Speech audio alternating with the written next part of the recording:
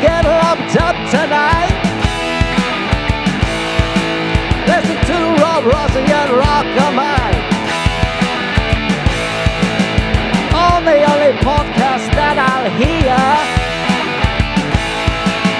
that won't make me wanna rip off my ears. Oh, the Rock Show, the Rock Show, the Rock Show, the Rock Show, the Rock Show. The Rock Show, oh, I want the Rock Show.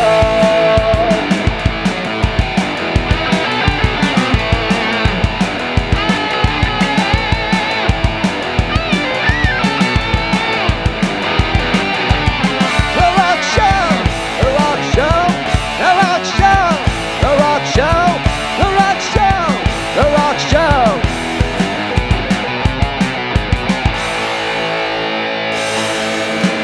I want the Rock Show. Let's get lumped up. Hello, people. Welcome to another fabulous show of The Rock Show. This is episode 165. And, Mike, who the hell are we talking about today? Today we're talking about the Australian band, The Church. They're one of the biggest bands that Australia has ever put out. One of the most popular as well. An interesting band. The lead singer and bass player, Steve Kilby.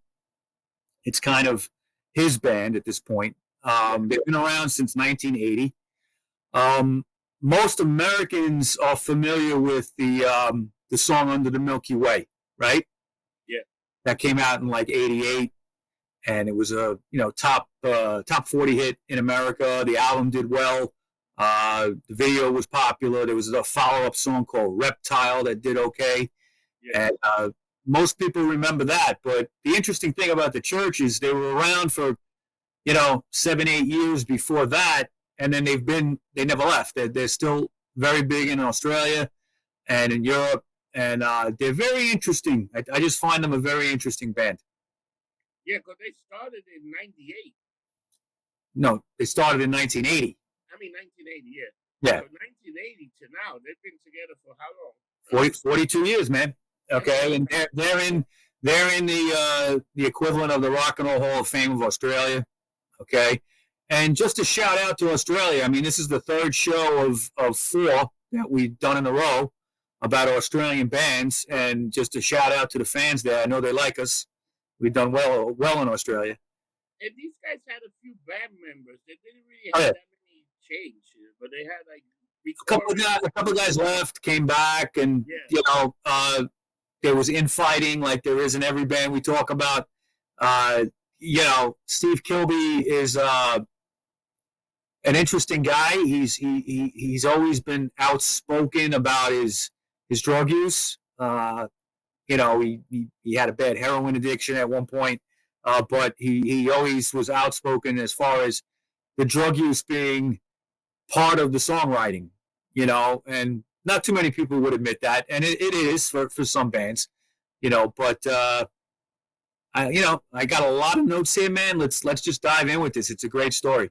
Yeah, and Mike, you know what it is? When you guys are together for 42 years, there's going to be band changes, so people die. Oh, yeah. There's going to be fighting. There's going to be band members leaving, coming back, things, and that's what happened with this band, like so many others we've talked about. All right, so let's talk about the early day of Skin and Hearts. Yeah, well, that was the name of the first album, okay, but they, formed out of Sydney, Australia in 1980. Initially, they were kind of associated with New Wave because it was 1980, New Wave at the time.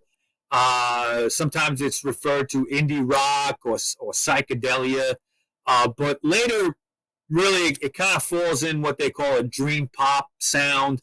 I just call it good music. It's it has a psychedelic sound to it, but they call it everything from a Turner rock to they even went some stuff is almost electronica. Really, they got interested in that kind of music, But now, singer, songwriter, and bass player Steve Kilby, he first played with the guitarist Peter Kops in a glam rock band called Baby Grand. Yeah, in Australia in the mid-'70s. Now, after each had left that band to play in other bands, Kilby played in a band called Tactics, and Cops played in a band called Limousine. Okay?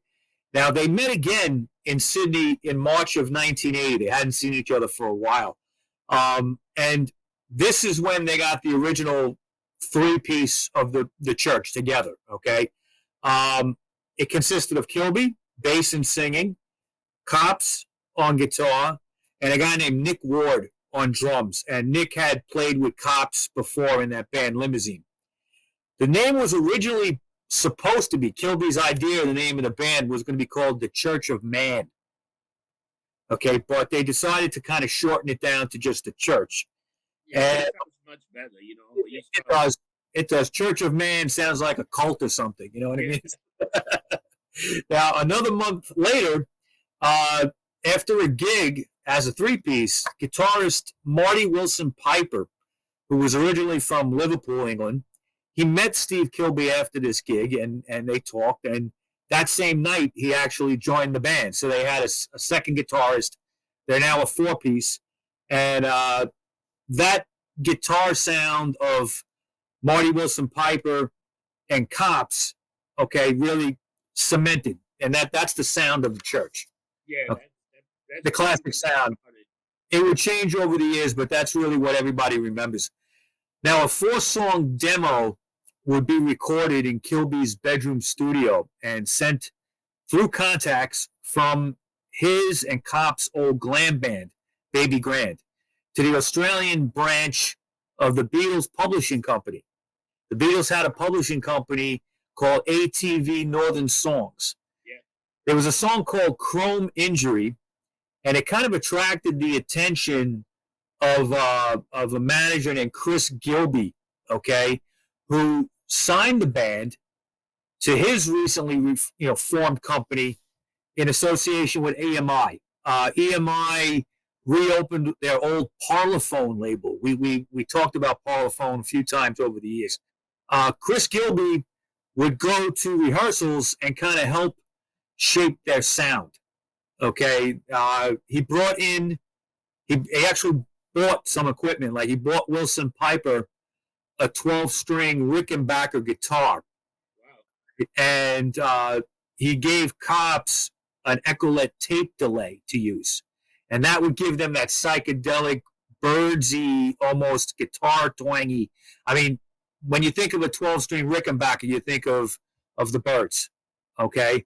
And that's the kind of the sound they were going for, at least the guitar sound. Let me ask you a real question. Where did he have the money? Did he have money? Is that why he was able to buy these things? I guess. I mean, he had the backing of Parlophone, I believe. So, he must have had something. Yeah, he must have had some backing to be able to do that. Yeah. Now, the band's, the first batch of demos that they did, only Chrome Injury would go on to be recorded for release. The band put out a debut album called Of Skins and Heart, like you mentioned, and that was recorded in late 1980 and produced by Gilby and mixed by Bob Clearmountain, who was an American who notably worked with Bruce Springsteen, Toto, the Rolling Stones, and later on Bryan Adams. Okay, he worked a lot with Bryan Adams. This guy worked with some top guys. Yeah. And, 7 of the 9 tracks were written by bass player Steve Kilby. Don't mix Gilby and Kilby. Kilby's the singer and the bass player. And 2 were co-written with other people. The first single, called She Never Said, was released in November 1980, but it never charted. At the beginning of 1981, Nick Ward on drums was replaced by Richard Ploog. Ploog's arrival established a lot of stability in the band and really cemented their sound finally. The second single, called The Unguarded Moment, which was co-written by Kilby and Michelle Parker, was issued alongside the album itself in March of 1981, in Australia only. So you would get, once that single came out, they gave it to you with the album. That's what it appears like, okay? Now, The Unguarded Moment became an Australian top 40 hit, reaching number 22. And the debut album of Skins and Heart went gold, also peaking at number 22 on the album charts. And this was only released in Australia. This is not like worldwide release. Right. This is just in Australia. Okay. The first recordings with Plug were released as a 5-track double 7-inch EP called Too Fast for You in July of 1981. It included the first collectively written track for the band, a song called Sisters. They wrote that all together. Another track called Tear It All Away, later released as a separate single, showed a development towards more elaborate guitar work, okay, which would, again, their sound is really starting to come together.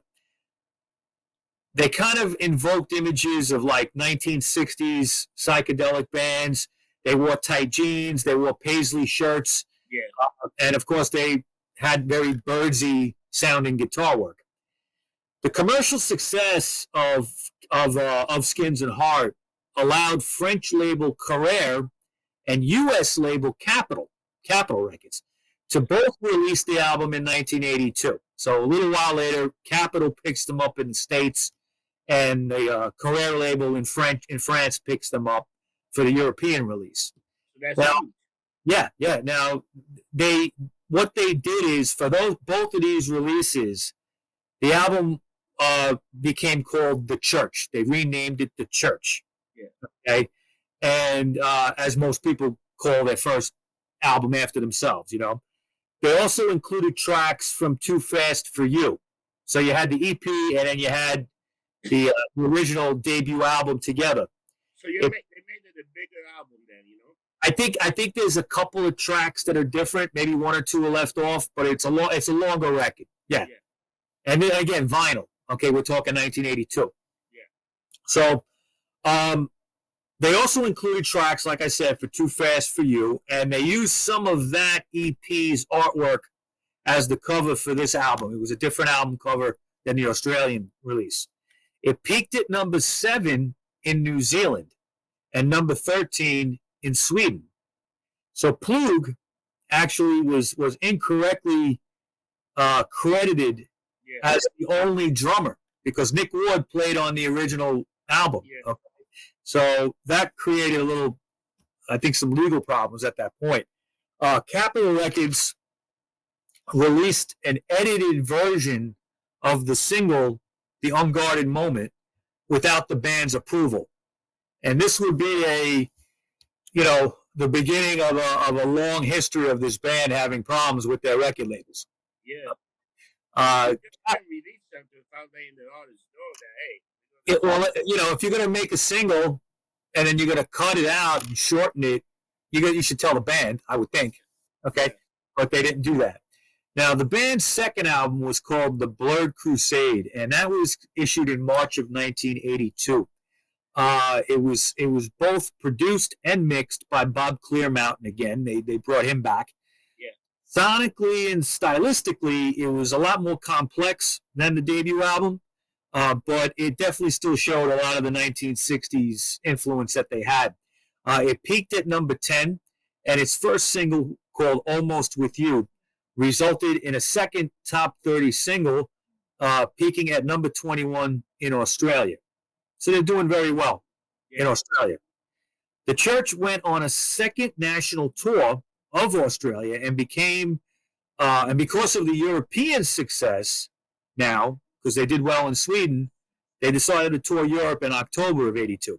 However, Capitol Records refused to release The Blurred Crusade in America and demanded that the band write more radio-friendly music, like, and this you're going to laugh, they suggested that they sound like the Little River Band. Now, I know they were on the same label, and they were both from Australia, but you couldn't get more opposite than the Little River Band and the Church, okay? So they were kind of livid when they heard that. They were like, oh, God, what do they want us to do, you know? Yeah. So after another recording session, 5 new songs were offered to Capitol, but the label was still unimpressed and dropped them, Okay, so now they have no American distribution. The songs that were recorded for that EP that Capitol dropped ended up being released in Australia as an EP called Sing Songs. And it went to the top 100 in December of 1982. That's good. Yeah. Meanwhile, band manager Michael Chugg arranged a UK tour for the first time with the hugely popular Duran Duran. They were all Duran Duran. However, after 8 shows with them, they pulled themselves from the tour. They felt that the Duran Duran crowd didn't appreciate them too much. They were giving them, I don't know if they got booed or what, but, you know, at that point, Duran Duran were like, the audience was what, screaming 14-year-olds? Okay, I don't think they wanted to see the church.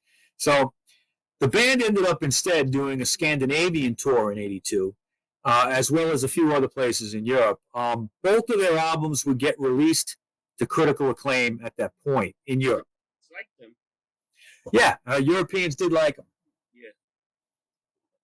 In May of 83, the band released their third album called Seance, and it was co-produced by the Church themselves and engineer John B. He had worked with the Hoodoo Gurus, who we're going to talk about next week. Yeah. 2 weeks, I should say. And also ended up working with the Divinals, too, another famous Australian band. That peaked at number 18, Seance, okay? It's considered a more darker album.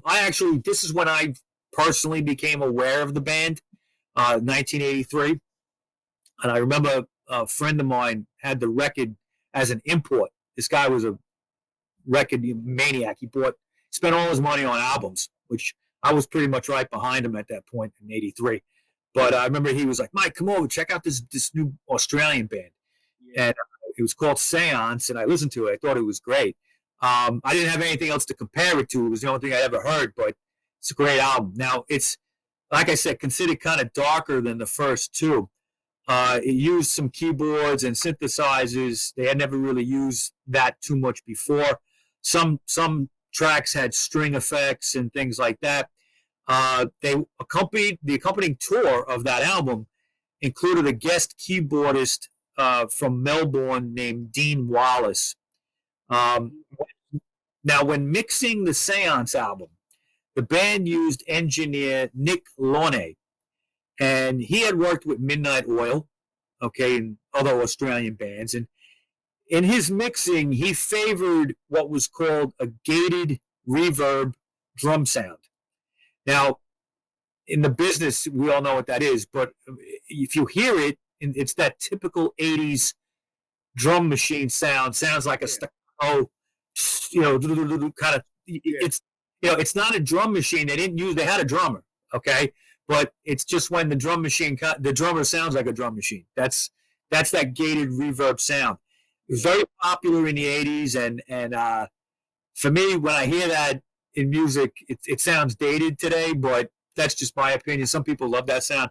It was very popular, and it gives this staccato sound on the snare drum, and the Church didn't like that. They didn't want to sound like that, okay?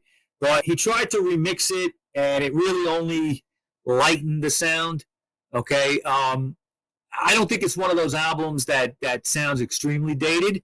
For that reason, there's other bands that just their whole careers they use that sound. Yeah. But on this band, it was really only this album, and it wasn't too heavy. But the first single was called Electric Lash, and it featured that gated reverb effect kind of prominently. Now, Seance didn't sell well. Okay, it sold poorly internationally because like nobody could understand it. It was very dark and cryptic, kind of lyric wise, and people didn't really know where they were coming from with that album. I think it's a great record. Okay, I remember a few weeks ago we had Roxanne Fontana. She had covered a song on that for her latest album, and gotten Richard Ploog to play on it and everything, and I think it's great.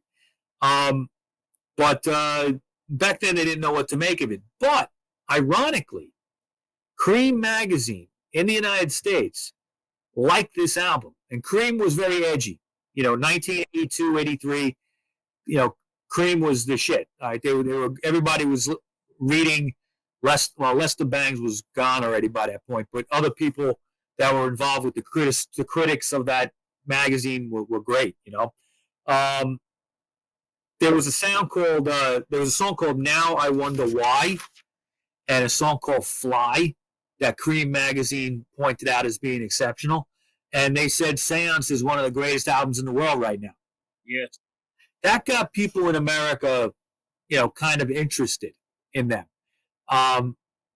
Once again, Seance, like the last two records, was dominated by Steve Kilby's songwriting. Steve was the main songwriter and singer, bass player of the band. Only one band composition made the record, the experimental song Travel by Thought. The track 10,000 Miles was a Kilby Wilson Piper co-written song that would get rejected for the label by the label for the album. It wouldn't make the album. Kilby was getting sick and tired pretty much of the record label's interference at this 10,000 Miles. Even though it didn't make the album, it became a staple of their live show after that, and would eventually be included on an upcoming EP. One thing about the Church is, in between albums, they like to put out EPs. For 40 years, pretty much. Now, despite all these difficulties with Seance, it yielded two minor hits, Electric Lash and It's No Reason. The album also stayed in the British independent charts for several months. So, the singles did well. It got some good press in the States. Internationally, it didn't sell well, but can't have everything. Okay, they were going somewhere, even though they had a little bit more success early on to start. But the group had developed this devoted fan base. The fans would dress like them in tight black pants and paisley shirts, and the catchy melodies of the band, the solid live performances. They really developed this. It wasn't really, I wouldn't quite say underground, because they were sort of mainstream, but very low key, strong following. They toured Australia with after Seance came out. They toured New Zealand. Meanwhile, Capitol Records, who had dropped them, released their first album in Canada. Okay, and it went top 20. Yeah. All right. Now, the Sing Songs EP also was released as an import in Canada in 1983, and it was like the best-selling import of the year, something like that. In 1980, Yep. Now, deciding against a full album, the Church released two EPs in 1984. An EP called Remote Luxury came out in March, and an EP called Persia came out in August, but only in Australia and New Zealand. Both EPs reached the top 50 in Australia. Again, almost all tracks were written by Steve Kilby, but compared to Seance, they weren't so dark anymore, okay, and cryptic. Now, guest keyboardists Davey Ray Moore and Craig Hooper were joined to complement their trademark guitar sound for the live shows, okay, and on the EPs.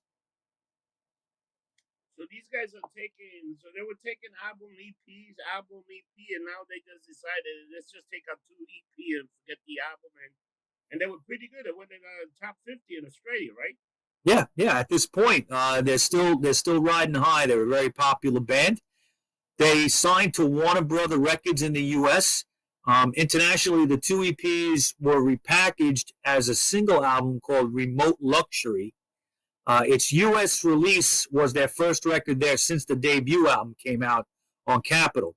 Although the second album, The Blurred Crusade and Seance, did well as imports even in the States. Due to an increase in U.S. interest in the band, they would leave Michael Chug's management, who was based out of Australia, and sign with Malibu management run by John Lee in America. They were really trying to break the American market. They toured the U.S. in October and November, and while they drew audiences in New York and L.A., everywhere else they bombed. Okay, they had a hard time selling tickets in the middle, which, for bands that are pretty much doing well only on the import charts in the States, it's hard to get the middle of the country interested. It was a financial disaster, actually, for them. Thousands of dollars, man. Yeah. Now, the church kind of sort of drifted for a year after that, and in 1985, Steve Kilby released a solo single called This Asphalt Eden, and it was released on EMI's Parlophone label. And unfortunately, some uncertainty started to set in with the band. And at this point, I'd just like to make a little commercial break and pay the bills. We'll be back in a minute.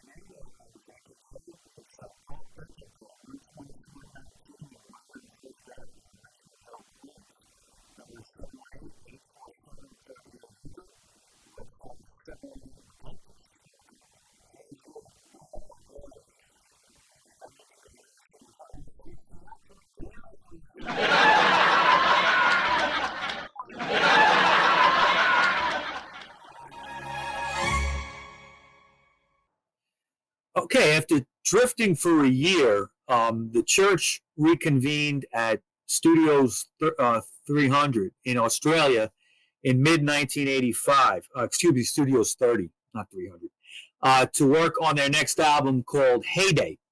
And it was going to be with British producer Peter Walsh, who worked with Simple Minds and Peter Gabriel, a lot of British acts. Their first single in almost 2 years, called Already Yesterday, appeared in October and just made the top 100. Heyday followed in November.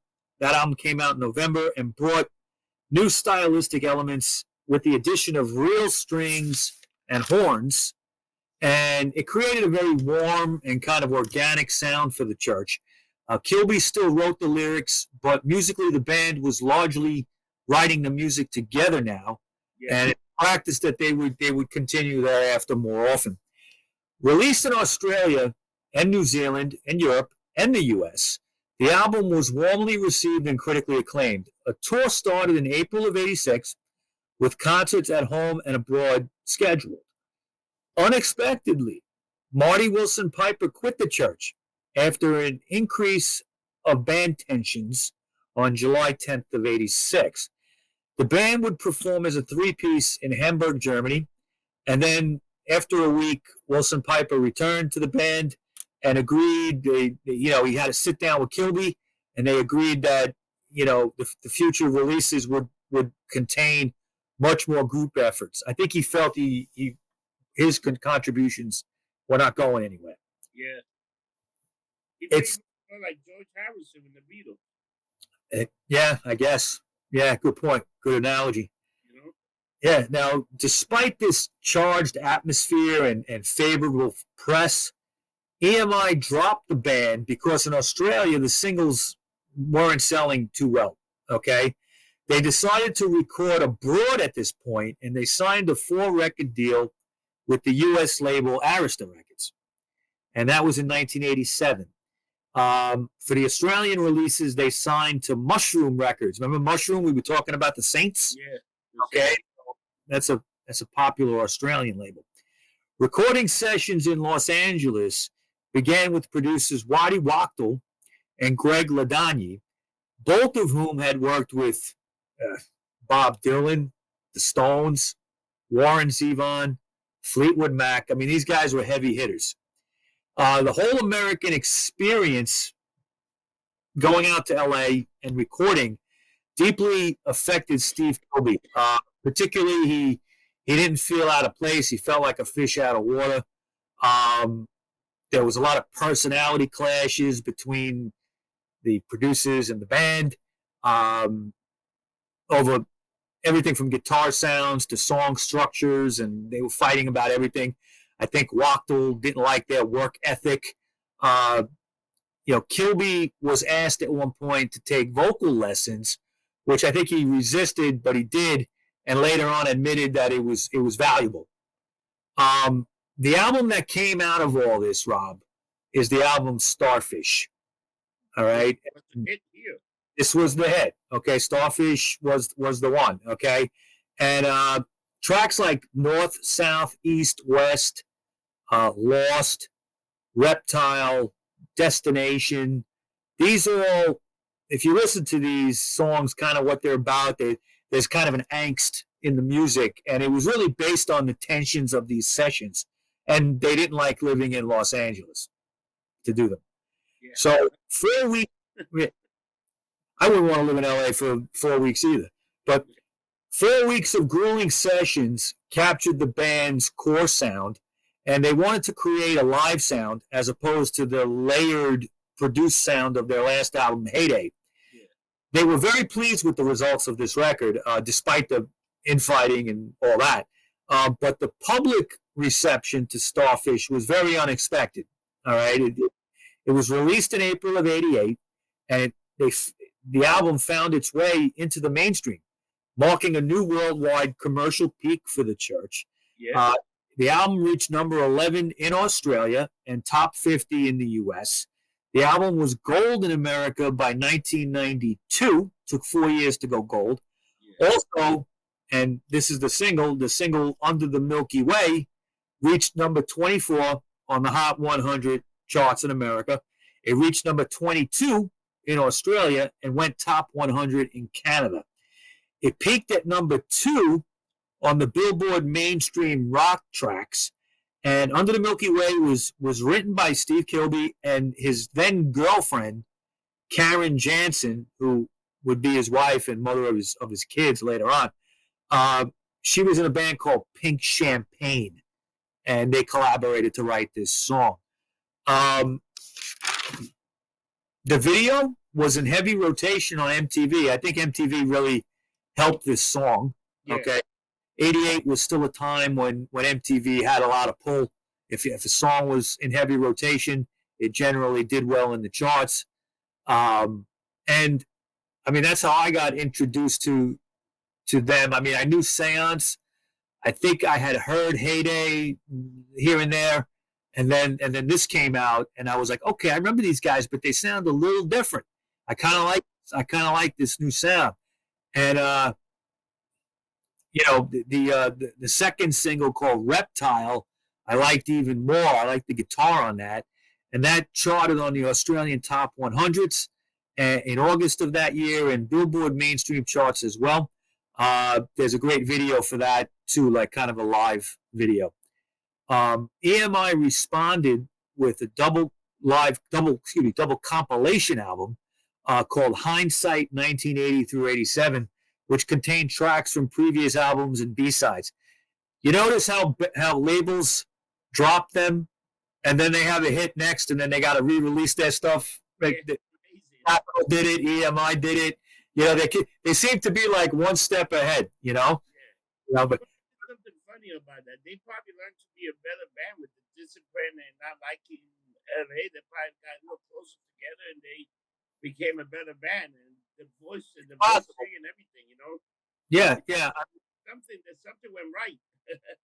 Yeah, I mean, they would try to recreate this again. You'll see. Now, the Church promoted Starfish with a 9-month tour before they hit the studio for a follow-up. Now, Arista, since they already had a top 50 album on their hands, were pressuring the band to recreate this. Now, the band started negotiating on the side with John Paul Jones from Led Zeppelin to produce. But management and the label kind of shot it down, which I think it would be very interesting, a collaboration between the Church and John Paul Jones. But it didn't happen. And in an attempt to duplicate Starfish, they went back to LA to work once again with Waddy Wachtel this time. Okay. Now, the Starfish sessions were tense, but these sessions were straight up volatile. Okay. The Church were very outspoken. Now, look, now think about it. They just had a hit, and now they're working back with the same guy who's going to kind of try to tell them what to do. The band was very strong-willed. Steve Kilby's a very strong-willed guy, and like I said at the beginning of the show, he was very outspoken about use of certain drugs in the songwriting process, and that, was a problem when it became to recording and things like that. Might have slowed things down, maybe. I'm not sure exactly of how it affected it. But because of the studio tensions and arguments, drummer Richard Plug began to get deeper into his drug habit.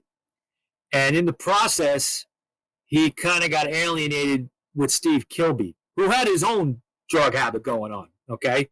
But he got increasingly excluded from the process. And eventually he was replaced for the sessions with a drum machine. And he only plays on 3 tracks on this album, okay? And he would leave the band after these sessions. This album was called Gold Afternoon Fix. So you know where they were at, all right? And now, while quite different from its predecessor, Starfish, the predecessor Starfish, this album reached number 12 in Australia. This album had more of like an ambient kind of atmospheric sound than Starfish. It had a lot of acoustic guitars. It had a lot of piano. It had a lot of keyboard. On some tracks, the music was punctuated by what sounded like clanging metal or rustling wind noises, sharp kind of industrial sound noises. It's an interesting album. It's not a bad record. I actually hadn't heard it in a long time, and researching for the show, I was listening to it. And it's a good record. It's a good follow-up, but it didn't do as well. Yeah.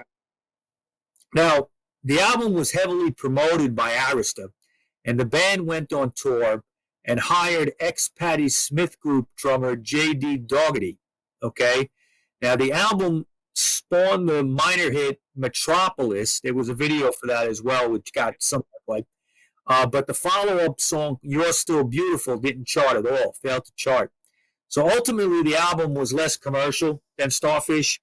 And later on, Kilby would say the album was kind of hashed together and lousy. But they do manage to keep some tracks from it in their set list even to this day. So I think it was maybe more popular with the hardcore fans than it was with the band, which is why they do that. Now, soon after the tour, the band returned to their former haunts in Sydney. Now, with less commercial expectations at this point for a new album, they returned to Studio 301 to work on the next record, okay? They brought in British producer Gavin McKillop, who worked with Toad the Wet Sprocket, okay, and others to supervise these sessions. Now, the band began a framework for this new record amid an increase in heroin use by Steve Kilby and opium use by other members of the band. Dougherty, the new drummer, however, brought in a fresh kind of jazzy drumming sound to the band. He was a different kind of drummer than Plug. The new record, called Priest Equals Aura, contained 14 songs, many over 6 minutes long, and clocked in altogether at 65 minutes. Long record. Yeah. Now, with song concepts that kind of derive from cryptic one-working, titles, one-word titles, and that was an idea that Marty Wilson Piper had. Most of the lyrics lean toward the abstract and esoteric kind of themes. Kilby, when asked, declined to give any meanings to the songs. Sonically, the music was layered very well, courtesy of numerous guitar overdubs and McKillop's rich production. The interplay between Copes and Wilson Piper dominated the album, so it really had that church sound. Yeah. The way these two guys play off each other are great. especially on tracks like Ripple, Kings, and the epic and aptly titled Chaos. And that was kind of like reflected on where Kilby was at in his life at that point. Okay. And the songs all have one word titles. That was very interesting that they did that. Now, upon its release in March of 1992, Priest Equal Aura got mixed reviews. Okay. It peaked in Australia at number 30. The band went on an Australian-only tour at that point as Kilby was preparing for the birth of his twin daughters with Karen Jansen. Wow. Peter Kops decided to leave the band at this point, and his departure was based on that the band really had earned nothing on that short Australian tour, despite sold-out shows. Okay, they owed a lot of money, and they weren't really making anything from these shows. Yeah. He also had a long-standing complaint of being shut out of the creative process, which I think most band members felt. The band's lack of major success and increasing tensions with Kilby and others also caused the guitarist to leave. Now, despite its mixed reception at the time, Priest Equals Aura is considered today as a creative high point for the band. In Kilby's 2014 autobiography, Something Quite Peculiar, he calls it their undisputed masterpiece. And anybody interested in what we're talking about, check out that book. Very good book. Okay. Despite the loss of Copes, Arista decided to stick by the church once again and back another album. So Kilby and Wilson Piper began to write new material. J.D. Doherty decided to leave at this point. So this gave them a chance to experiment a lot and depart from some of the long-standing styles that they used.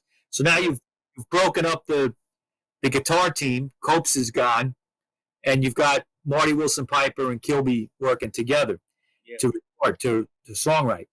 The two kind of became interested in electronica music. Now, early in 1994, he brought Marty Wilson Piper brought in a childhood friend named Andy Dare Mason to produce a new record for them and mix a new record.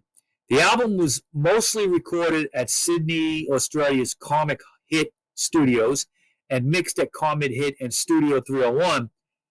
New Zealand drummer Tim Powells was hired for this record, okay? He was considered temporary at the time, but he's still in the band all these years later. Yeah, he came back and never left. Right. Well, Tim Powells was never in the band before, but he stayed. He was hired on like a hired gun salary. He just became a member of the band. The resulting album was called Sometime Anywhere, and it was released in May of 1994, and it was generally well received. It peaked in the top 30. It's a pretty good record. It's described as rich and dark and takes up kind of where Priest Equals Aura leaves off. Unfortunately, the first single, Two Places at Once, didn't chart. Promotion by Arista at this point, when they saw the lack of commercial success, promotion was minimal, and they ended up pulling financial support for an upcoming tour. So they dropped the church shortly after that, and the result forced Kilby and Wilson Piper to do some shows as a duo acoustically. Okay? So it was a problem. But without a record deal, Kilby and Piper worked on some new recordings in 1995.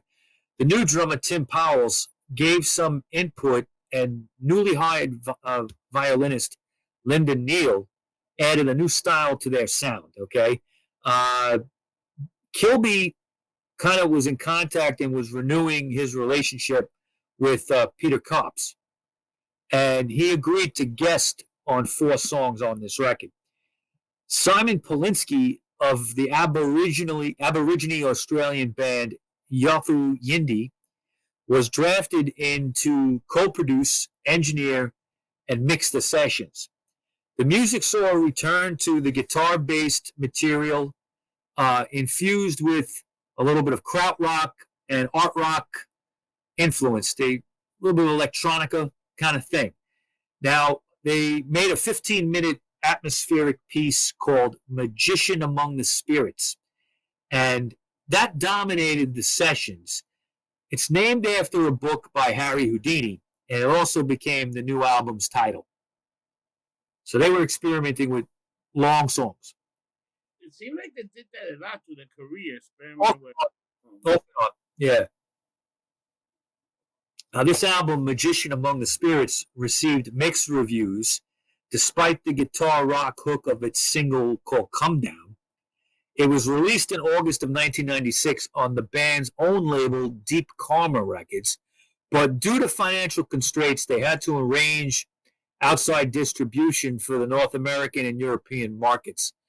This pretty much doomed the record from the beginning, but things would get worse in a short time. The U.S. distributor they had went bankrupt, okay, and that stripped them of all the North American sales of that record.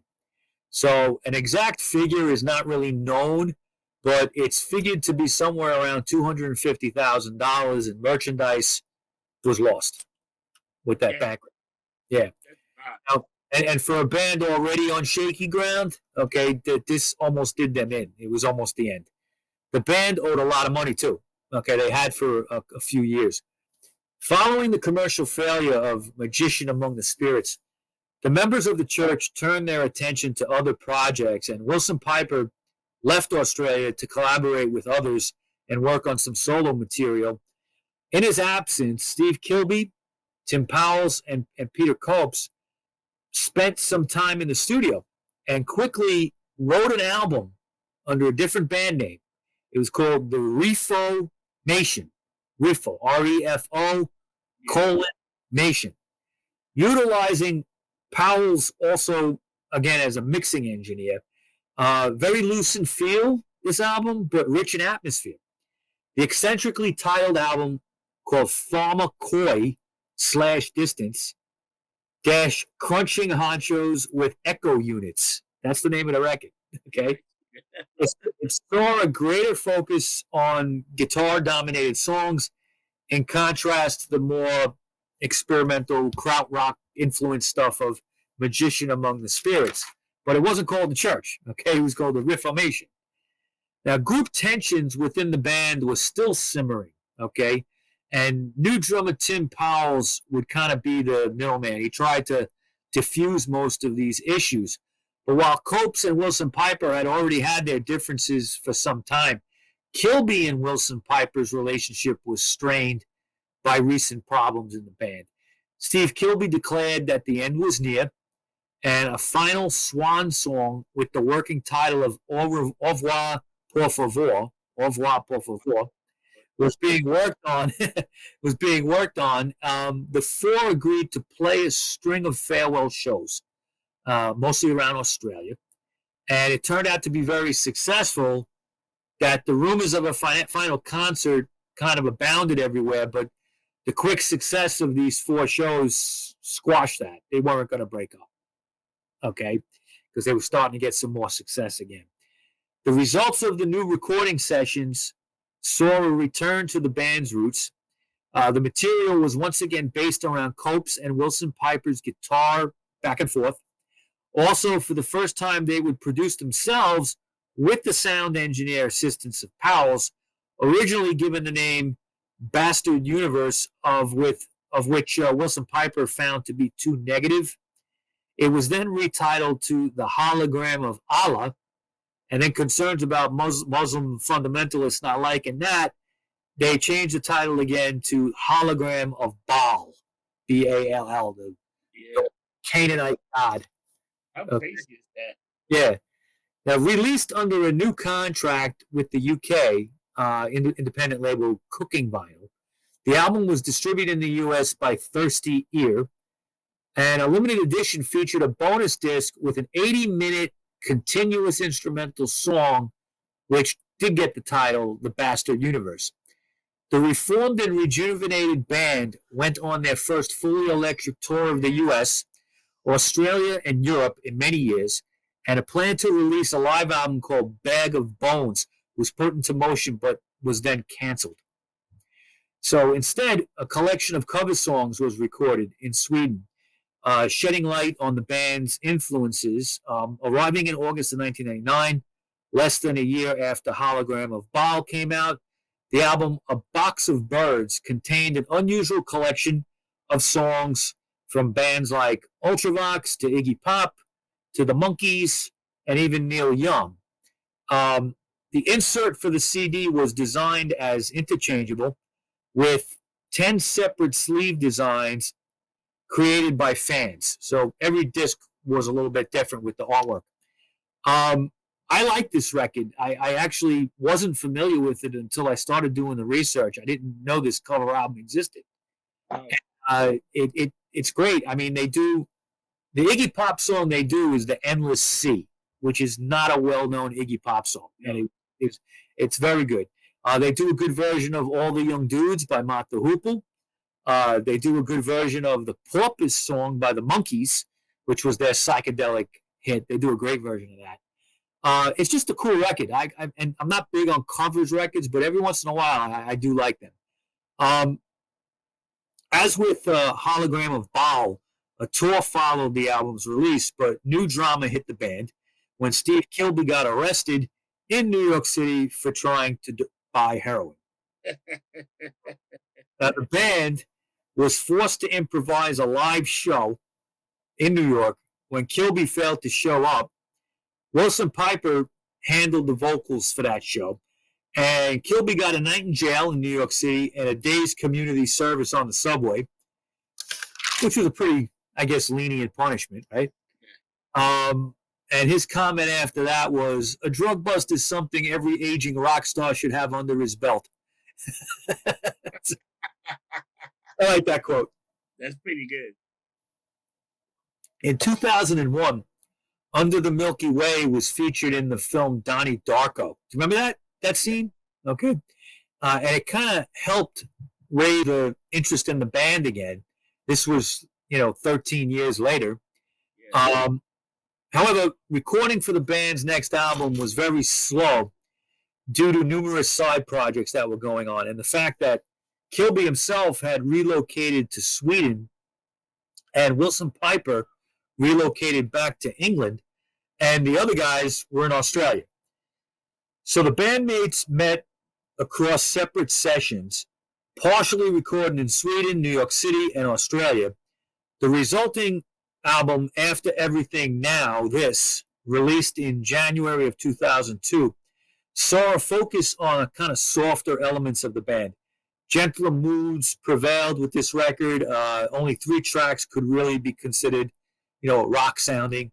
The album achieved the biggest international success for the Church in almost 10 years. The successive world tour featured the band in a more subtle setting as well, with most tracks performed acoustically alongside guest pianist David Lane. Now, fans wouldn't have to wait long for a new release after this. The double disc remix / outtakes set called Parallel Universe hit stores in late 2002. It's a very unique release among the Church's catalog. The first disc, subtitled Remixture, featured a remixed and reshuffled electronic version of the After Everything Now This album. The result of Tim Pole's collaboration with Sydney EDM musicians, the second disc, subtitled Mixture, compiled leftover songs from the After Everything Now This sessions. So we're getting a lot of material at once right here, Around the time that Parallel Universe was released, the Church returned to the studio to record another album, eventually titled Forget Yourself. And rather than fleshing the songs out over a long, gradual process, the band decided to record a lot of one-takes and a jam-based material. The result was a very raw, live-sounding record with minimal overdubs. Also, a side note there were several tracks where band members were switching instruments for the first time.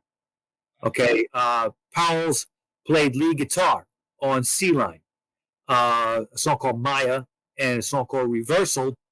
Marty Wilson Piper would switch to drums on Maya. Now, Forget Yourself was engineered and co-produced by Nick Hard and was released in Australia. in October of 2003, and in the U.S. in February of 2004, just a few months later. The band would tour extensively in the U.S., Australia, and Europe after those releases. Their prolific output continued into 2004 with the release of 3 ancillary albums under the guidance of manager Kevin Lane Keller, an American fan and marketing professor who had been working with the band since 2001. Started out as just a fan. The Church began capitalizing on the advantages offered by the internet and the independent music industry. At this point, the internet was really coming into play with music. Bands were getting their own websites. They were releasing albums. I think David Bowie was the first to do that, if I remember right. Yeah. Oh, he released an album totally just on the internet. First in August of that year came the entirely improvised album called Jammed, containing just 2 long tracks and available exclusively on the band's website. Next in October came the 3rd Outtakes album called Beside Yourself, covering the Forget Yourself sessions. Finally, only 6 weeks later came El Momento Decidado. What does that mean? In the moment of decision, right? Yeah. Okay. In which the band presented old and new material among an acoustic setting for the Liberation Blue label. The title was a tongue-in-cheek translation of the Unguarded Moment, a version of which they actually re-recorded. A short acoustic tour followed in late 2004, which initiated the new practice of band members switching instruments now on stage. So one guy would go up play guitar, the other guy would go back play drums, that kind of thing. Now, in 2005, the Church returned to full electric mode and began work on new material once again.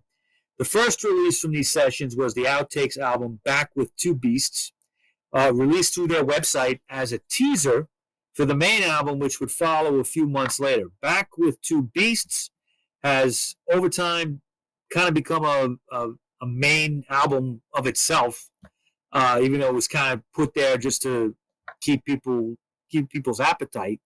But it's been seen by many as fans as a legitimate album, and at the band at its best. So, it's a good record.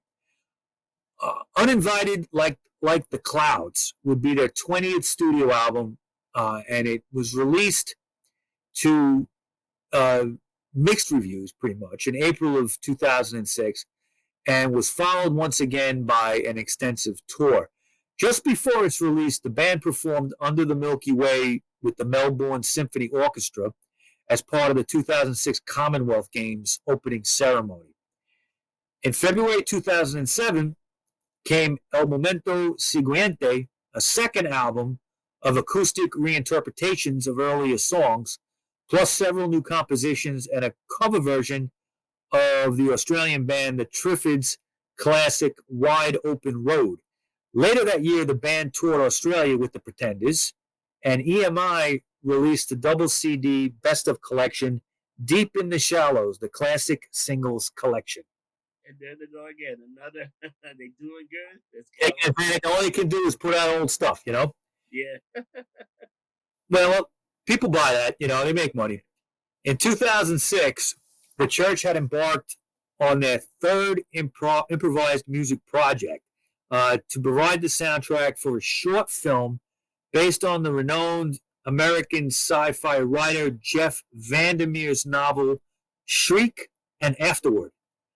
The music was released in 2008 as the album Shriek Excerpts from the Soundtrack, and was their first release on their new label Unorthodox Records, a partnership with MGM Distribution.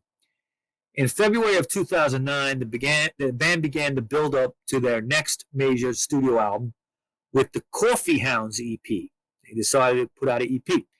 And it featured the original non-album composition, The Coffee Song, and a cover of the Kate Bush classic, The Hounds of Love. The following month, they released the Panagia EP, whose title track would also be on the upcoming album. Unorthodox Records released the album called Untitled Number 23 in Australia in March, and the U.S. label Second Motion Records released it to the rest of the world thereafter, and recorded at Tim Pole's Space Junk 3 studios by engineer-artist Jordan Breback, who mixed many of the tracks. A double vinyl version quickly sold out, vinyl making the comeback. Yep. It was the band's 23rd album, and 23rd album-length Australian release, I should say, of original studio material, while Kilby also alluded to the mystical significance of the number 23 in an interview with music publication Music Feeds. Another major international tour followed, the So Love May Find Us tour, named after a non-album track from the Panagia EP. So these guys are taking album after album, and they're like work. Even with failure, they just keep doing albums. Some bands, and unfortunately not many, they're able to get through all these problems and manage to put out stuff with small labels and their own labels, and they just were very prolific. It's amazing. I'm amazed by that. Like they just keep going. They still taking shit out. It's amazing. Very few bands can exist like that. Yeah. They're not making that much money, and they're still just going on. Now, coinciding with the tour, and again, touring is a big thing for this band. Okay, yeah. Coinciding with the tour, about entitled a book came out. It was entitled "No Certainty Attached: Steve Kilby and the Church," written by Robert Dean Lurie. It was published in Australia, the US, and the UK by Verse Chorus Press. It's primarily a biography of Steve Kilby. The book also traced the evolution of the band from his perspective. And this was not an official band project in any way, but Kilby, Copes, and various friends and family members did kind of participate in the research. So on November 27th, 2009, the Church released another EP called Operetta. The title track was taken from Untitled number 23, but the remaining tracks included the 34-minute improvisation Particles Matter, and that was very unique track.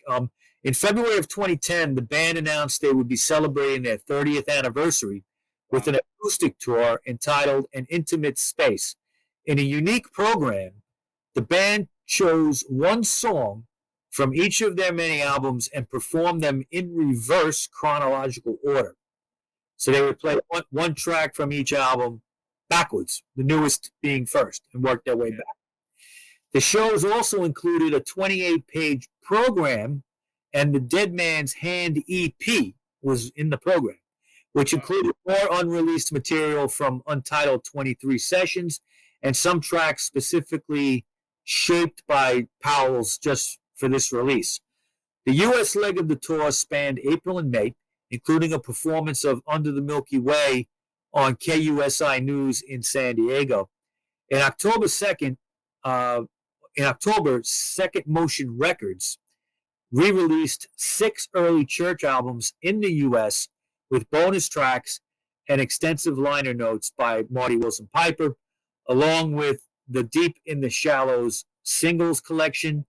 And on October 27th of 2010, the Church were inducted into the Australian Recording Industry Association Hall of Fame by media commentator George Negus, while young pop singer Washington performed the song The Unguarded Moment. After their acceptance speech, the Church performed Under the Milky Way and Tantalized. In November and December, they continued with an Australian leg of their Intimate Space tour. The band traveled to the U.S. once again in February of 2011 in full electric mode for their Future Past Perfect tour, performing 3 albums in their entirety: Untitled 23, Priest equals Aura, and Starfish. Sold-out dates were played in Los Angeles, San Francisco, Seattle, Chicago, Alexandria, Philadelphia, New York, Foxborough, and Atlanta. This tour was the first on which the band was augmented on stage by the Australian multi-instrumentalist Craig Wilson from the band A Streetlight Song. On April 10th, 2010, the Church continued their 30th anniversary celebrations with a special show entitled A Psychedelic Symphony at the Sydney Opera House, which had been that show was a year in preparation. Okay, accompanied by conductor George Ellis and the George Ellis Symphony Orchestra. The concert was performed to a sold-out 2,000-plus capacity crowd and was recorded and filmed. A DVD and double CD were released by Unorthodox in June 2014. The band's first official live album, The Show, was also broadcast on the Australian music TV channel Max during October of 2011. In December 2010, they concluded their Future Past Perfect tour with a dozen Australian dates. Their show of 17 December at the Anmore Theatre in Sydney was filmed and is available to streaming online. You can see it on YouTube, I believe. Wow. In November and December 2012, the church played a major series of concerts across Australia and New Zealand together with Simple Minds, Devo, and the Modals as models, I should say. As part of the tour, they also played several A Day on the Green events with the models. During this tour, they also played 2 intimate art rock and roll shows, one at the Corner Hotel in Melbourne and the other at the Factory Theatre in Sydney, where each member chose 4 songs from the band's catalog, interspersed with a selection of concert staples that they had in the past. In March of 2013, there were outright signs again of internal problems in the band when Steve Kilby issued a series of statements which indicated that he was considering leaving the church due to a dispute over royalty payments. Then later in the year, Kilby announced that Marty Wilson Piper would not be returning and had been replaced by former Powderfinger guitarist Ian Haug.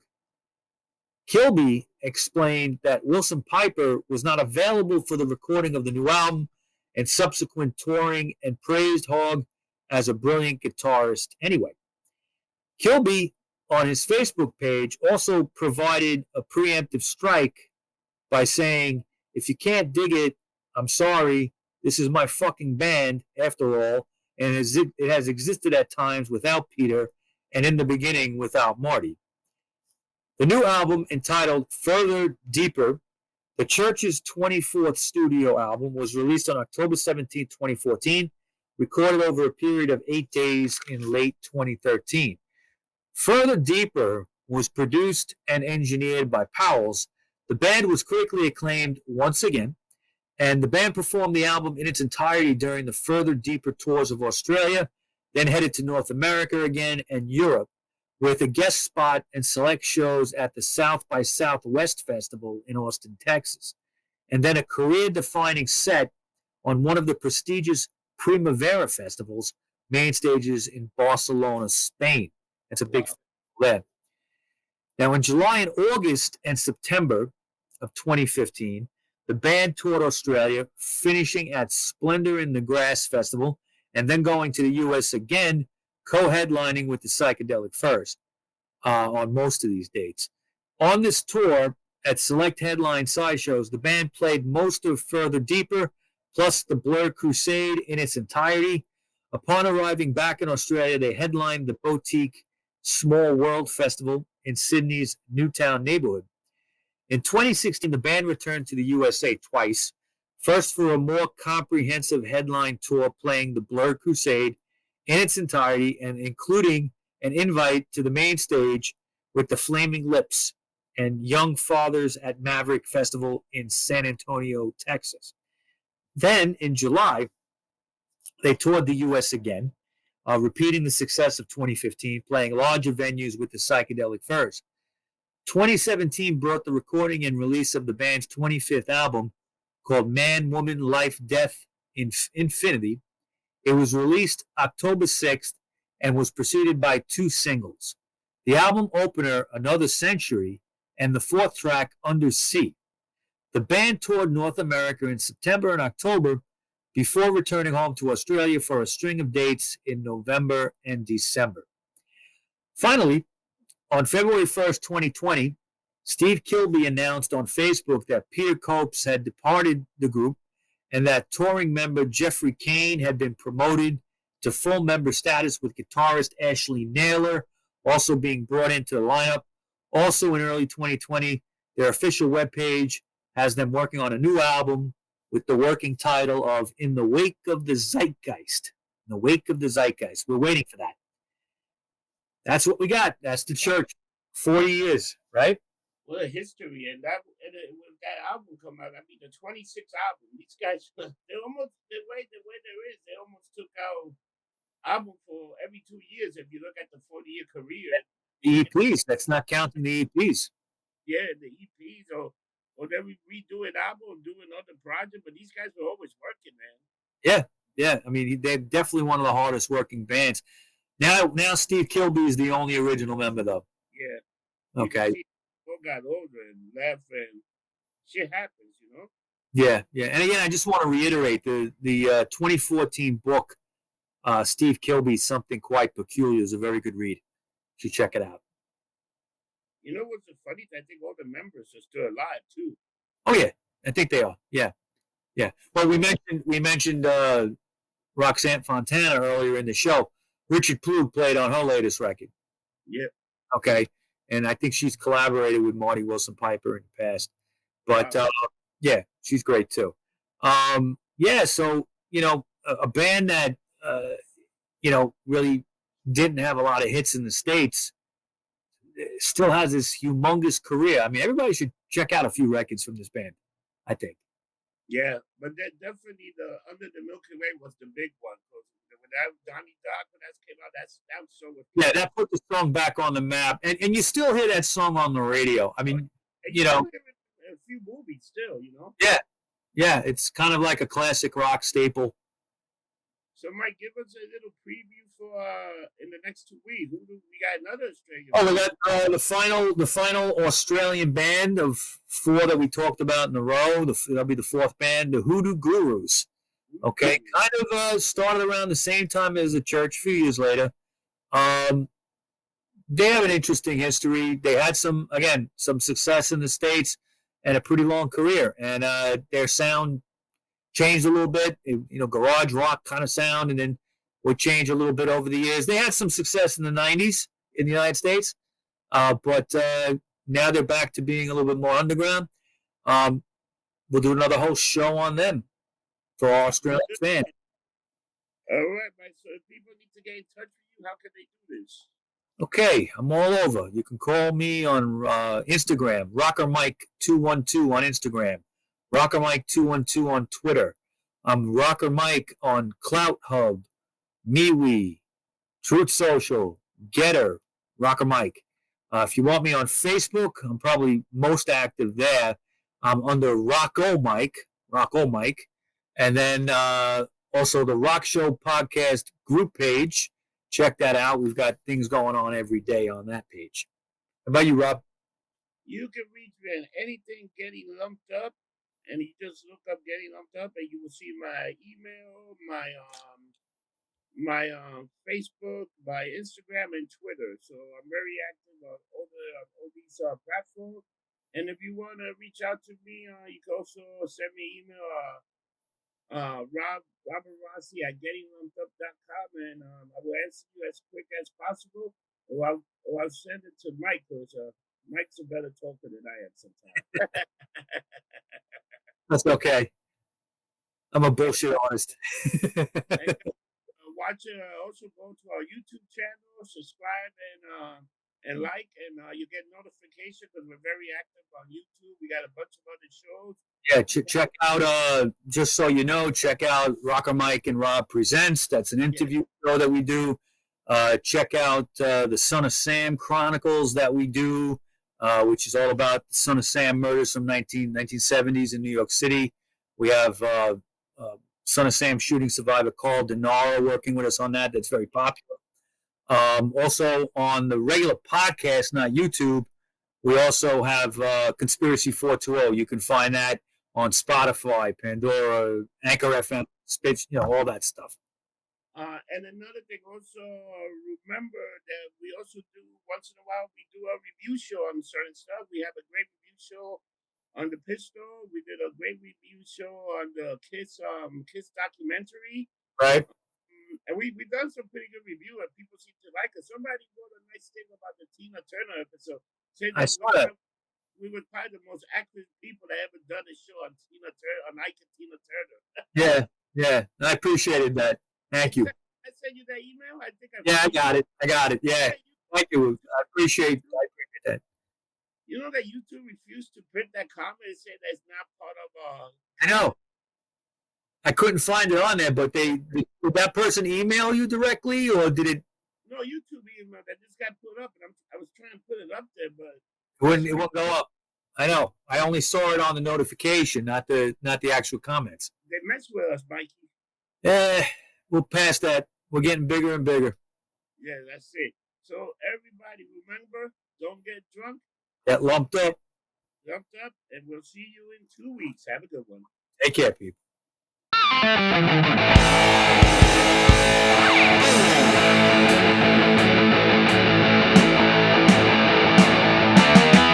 I wanna get lumped up tonight. Listen to Rob Rossi and RockerMike on the only podcast that I'll hear that won't make me wanna rip off my ears. Oh, the Rock Show, the Rock Show, the Rock Show, the Rock Show.